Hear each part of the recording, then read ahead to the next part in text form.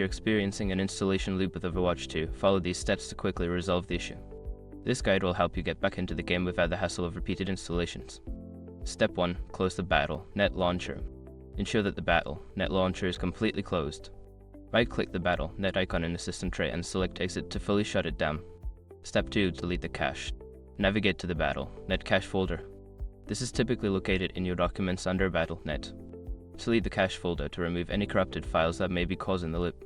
Step 3. Restart the Battle.net launcher. Open the Battle.net launcher again.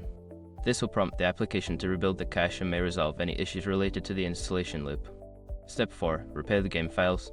In the Battle.net launcher, select Overwatch 2 from your game library. Click on the gear icon next to the play button and select Scan and Repair. This will check for any corrupted files and repair them. Step 5. Reinstall the game.